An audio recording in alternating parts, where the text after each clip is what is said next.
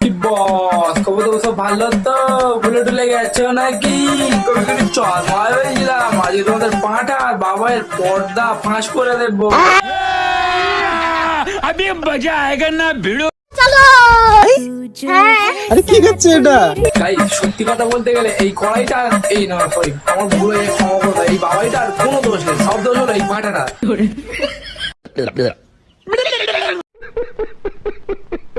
Hi everyone, তোমরা সবাই কেমন আছো? আশা করি ভালো আছো, আর আমিও খুব ভালো আছি।